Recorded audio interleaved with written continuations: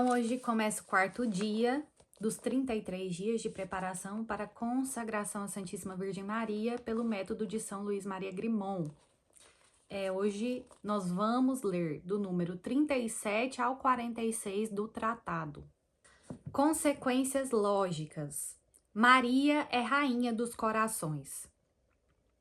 É evidente que do que fica dito, se deve concluir que Maria recebeu de Deus um grande poder sobre as almas dos eleitos.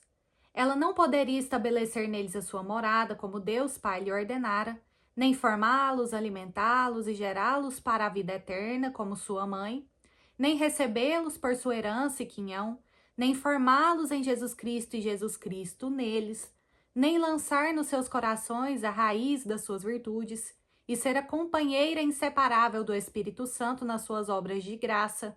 Não poderia, repito, fazer tudo isso se não tivesse direito e poder sobre as suas almas, por uma singular graça do Altíssimo, que, tendo-lhe dado poder sobre o seu Filho único e natural, deu também sobre os filhos adotivos, isto é, não somente quanto ao corpo, que seria pouco, mas também quanto à alma. Maria é rainha do céu e da terra por graça, como Jesus Cristo é, por direito natural e de conquista. Ora, assim como o reino de Jesus Cristo consiste principalmente no coração ou interior da pessoa humana, segundo as palavras, o reino de Deus está dentro de vós, assim também o reino da Santíssima Virgem está principalmente no interior da pessoa, isto é, na sua alma. É sobretudo nas almas que ela é glorificada com seu Filho mais do que em todas as criaturas visíveis, de tal forma que podemos chamá-la como santos, rainha dos corações. Maria é necessária aos homens para sua salvação.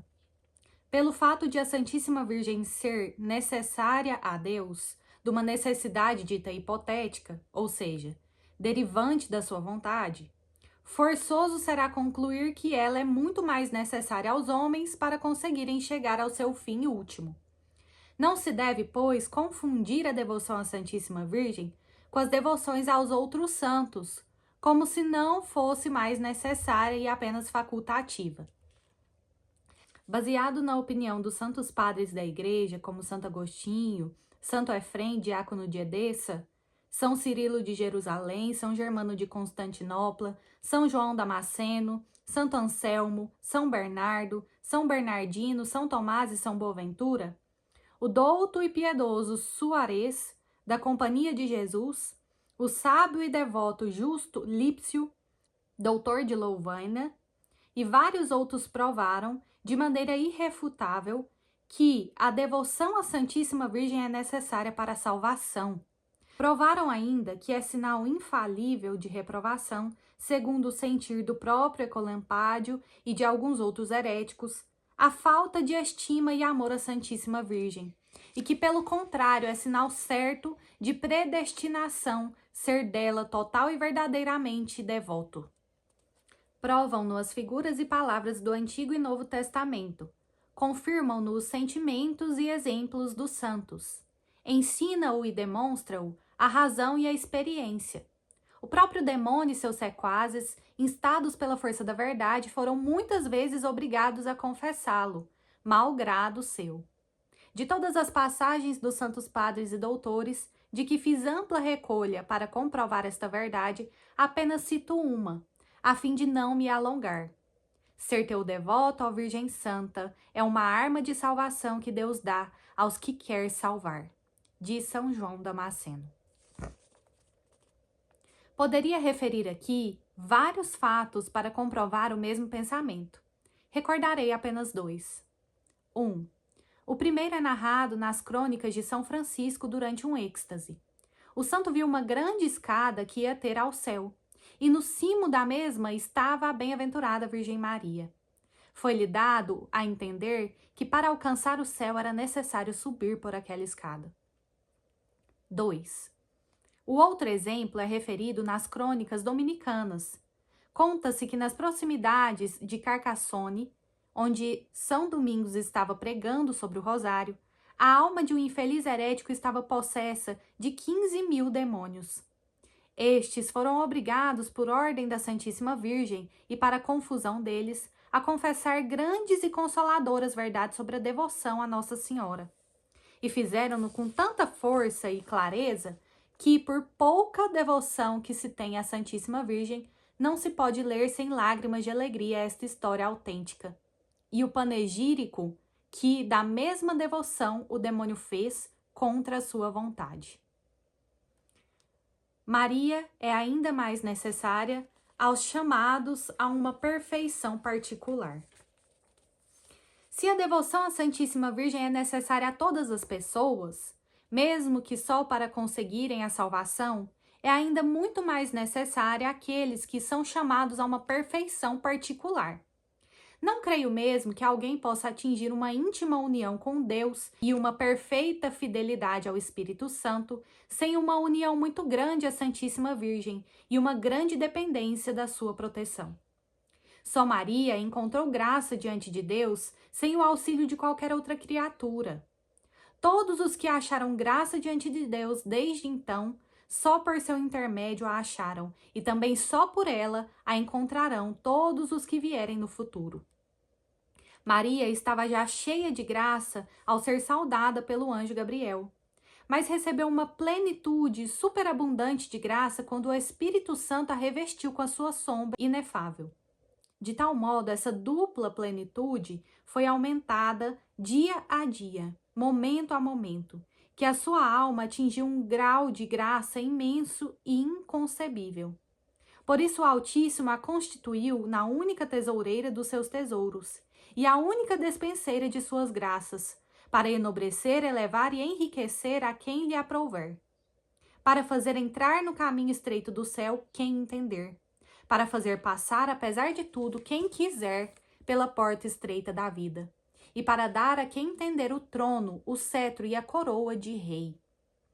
Jesus é, em toda a parte, sempre, o fruto e o filho de Maria, e Maria é, em toda a parte, a verdadeira árvore que dá o fruto da vida, e a verdadeira mãe que o produz. Só a Maria confiou Deus as chaves dos celeiros do divino amor, e o poder de entrar nos caminhos mais sublimes e mais secretos da perfeição, bem como de neles fazer entrar os outros. Só Maria dá aos miseráveis filhos da infiel Eva a entrada no paraíso terrestre, para aí passearem aprazivelmente com Deus, para aí se esconderem de seus inimigos, para aí comerem o alimento delicioso, já sem temer a morte, do fruto das árvores da vida e da ciência do bem e do mal, e beberem a grandes tragos as celestiais águas da bela fonte que aí jorra abundantemente. Ou melhor, sendo ela própria esse paraíso terrestre, esta terra virgem e abençoada de onde Adão e Eva, pecadores, foram expulsos, só acolhe em si aqueles e aquelas que lhe apraz, para os tornar santos. No decorrer dos séculos, mas especialmente no fim do mundo, todos os mais ricos do povo procuram a tua face. São Bernardo faz o seguinte comentário a estas palavras inspiradas. Os maiores santos, ou seja, as almas mais ricas em graça e virtude, são as mais assíduas a rezar à Virgem Maria e contemplá-la continuamente como modelo perfeito a imitar e como poderoso auxílio a quem recorrer. Temos 3 pontos principais da leitura de hoje. E o primeiro é a conclusão lógica que a gente chega quando a gente entende que Deus confiou o cuidado do seu Filho único nas mãos de Maria. Por que então ele não confiaria nesse mesmo cuidado os seus filhos adotivos, que somos nós?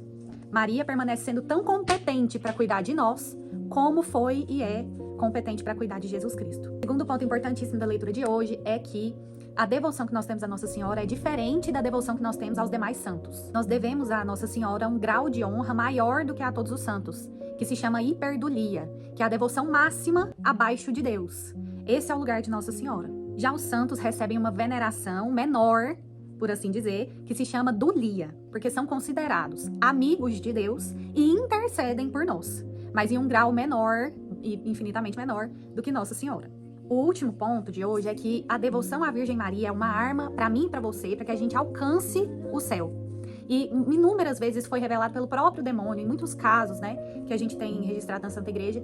Pela autoridade de Deus, o demônio revela que essa devoção, que a oração do Santo Terço, que a confiança na Virgem Maria é uma arma para que a gente chegue mais próximo de Jesus, para que a gente alcance a graça de Deus. Eu digo para vocês hoje que é muito difícil a gente vencer uma guerra desarmado. Então, hoje, nessa luta, né, que nós estamos até o fim da nossa vida, vocês estão no caminho certo. Porque hoje vocês alcançam, né, estão colocando em mãos a maior das almas para alcançar o céu. Eu vou deixar aqui um corte de um exorcismo real, em que a gente vê o áudio e em que a gente tem essa revelação, né? Se você não está confortável com isso, pode pular para as orações, mas eu vou deixar aqui para quem quiser ver, tá bom? Rosenkranzmonat, weißt du ja, ne? Ja, Rosenkranz. aber die wenigsten beten. Warum betest du die Rosenkranz?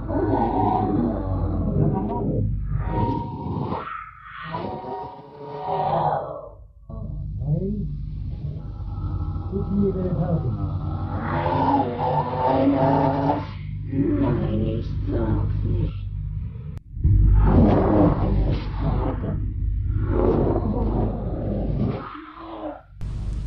Weil er eine starke Waffe ist. Gegen Satan Ja, und alle Dämonen. ja, gegen uns. Ó vinde, Espírito Criador, as nossas almas visitai, e enchei os nossos corações com vossos dons celestiais. Vós sois chamado o intercessor, do Deus excelso, o dom sem par, a fonte viva, o fogo, o amor, a unção divina e salutar. Sois doador dos 7 dons e sois poder na mão do Pai.